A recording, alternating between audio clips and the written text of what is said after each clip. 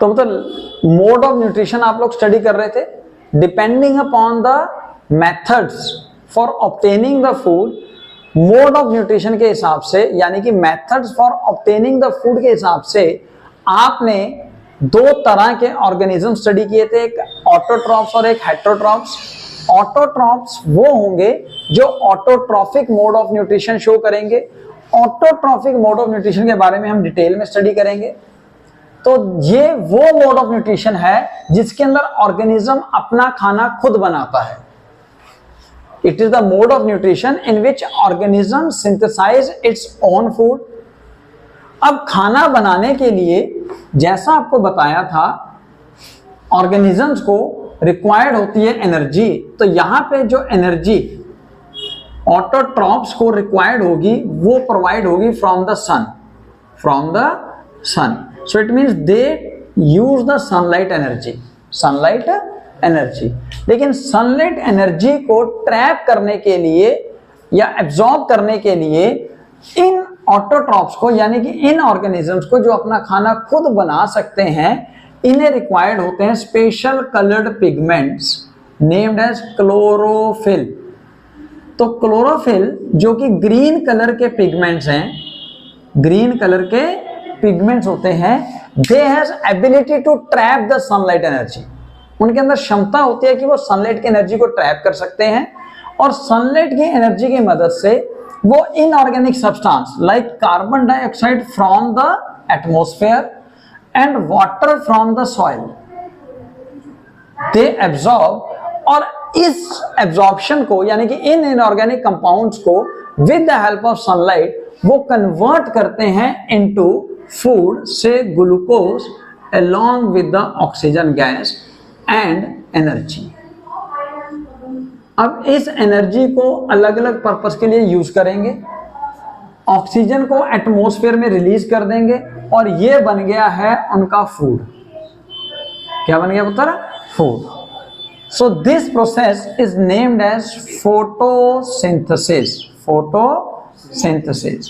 तो फोटोसिंथेसिस एक तरह से वो प्रोसेस या वो मेथड हुआ जिसके अंदर कार्बन डाइऑक्साइड और वाटर मॉलिक्यूल्स कंबाइन होकर ग्लूकोज और ऑक्सीजन में कन्वर्ट होते हैं, ग्लूकोज और ऑक्सीजन में कन्वर्ट होते हैं, during which the chlorophyll convert the sunlight energy into chemical energy. यानी कि क्लोरोफिल पिगमेंट जो है वो सनलाइट एनर्जी को ट्रैप करते हैं और केमिकल एनर्जी में कन्वर्ट करते हैं, और उस केमिकल एनर्जी की मदद से वाटर डिसोशिएट होता है, जिसको डिटेल में अभी स्टडी करेंगे, कहा जाता है photolysis of water. Photolysis of water. और वो फोटोलिसिस ऑफ वाटर की मदद से जो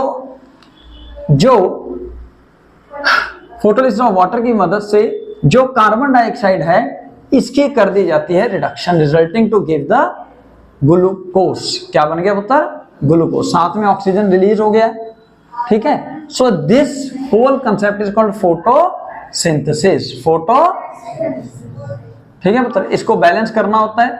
6 carbon molecule, 6 to the 12 hydrogen molecule हो गए। ऑक्सीजन को बैलेंस करिए, 6 to the 12 प्लस 6 18।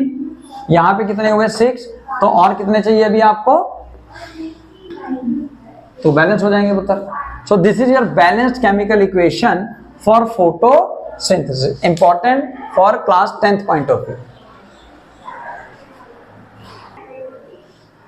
तो पुत्र जैसा मैंने आपको बताया, न्यूट्रिशन इन द प्लांट्स के अंदर हम स्टडी करेंगे main process photosynthesis, because photosynthesis वो मेन प्रोसेस है जो प्लांट्स की न्यूट्रिशन में हेल्प करता है।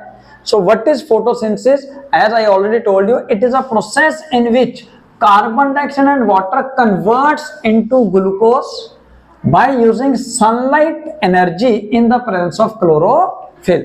तो यहां पे आपको दिखाया है 6 molecule of carbon dioxide react करेंगे with 6 molecule of water in the presence of sunlight, in the presence of sunlight. और सनलाइट को ट्रैप करने का काम करेगा आपके पास present chlorophyll pigment, which converted into glucose and oxygen along with the liberation of energy in the form of ATP. What is this ATP? This is called adenosine triphosphate. This is also called energy currency. Energy currency. Okay. Detail में बताएंगे पुत्र। अब basically photosynthesis में 3 steps होते हैं, ध्यान से समझ लीजिए।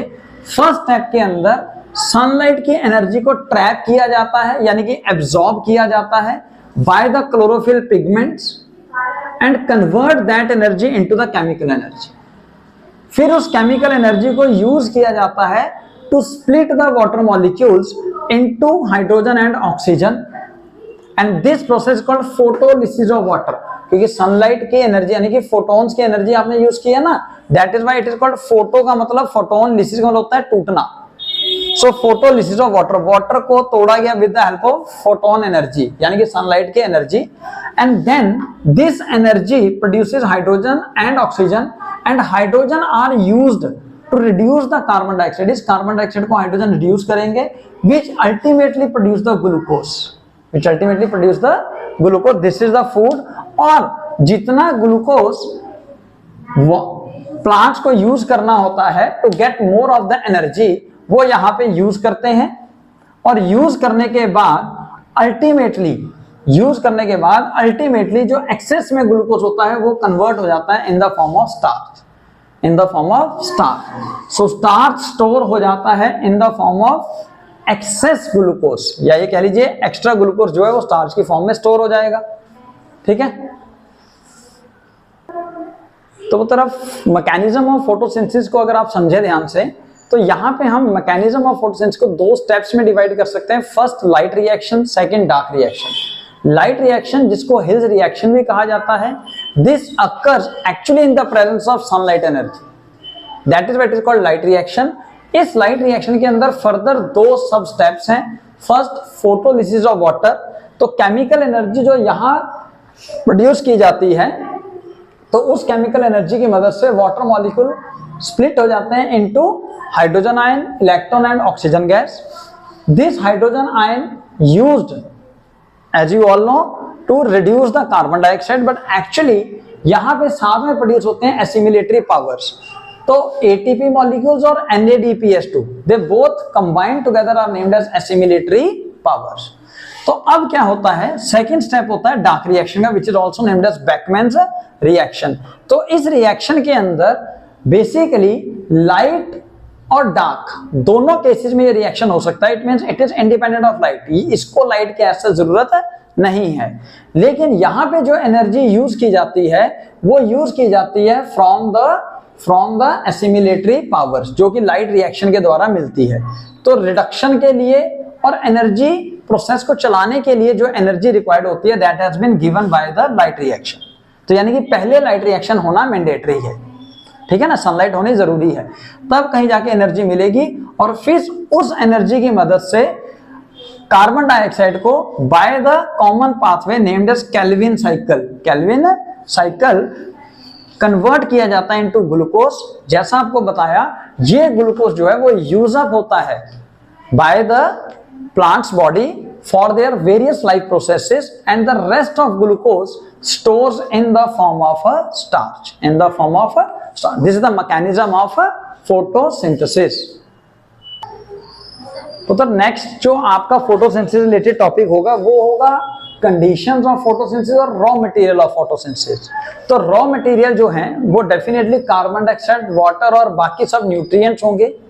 कार्बन डाइऑक्साइड अवेलेबल होगा from the atmosphere, water and other nutrients are available from the soil, whereas light energy is the another very important condition which gets from the sunlight and chlorophyll pigments, because they trap the sunlight energy which are present in the chloroplast cells। ठीक है, अब question arise होता है कि sir हमें कैसे पता लगे कि फोटोसिंथेसिस के लिए चारों चीजें, कंडीशन जो चारों हैं, ये रिक्वायर्ड है भी या नहीं। तो इसके लिए आप टेस्ट कर सकते हैं।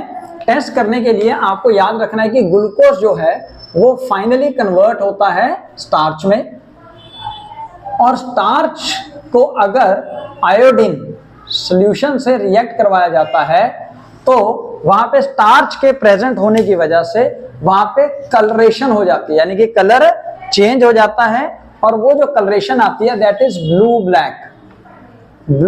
Black colouration.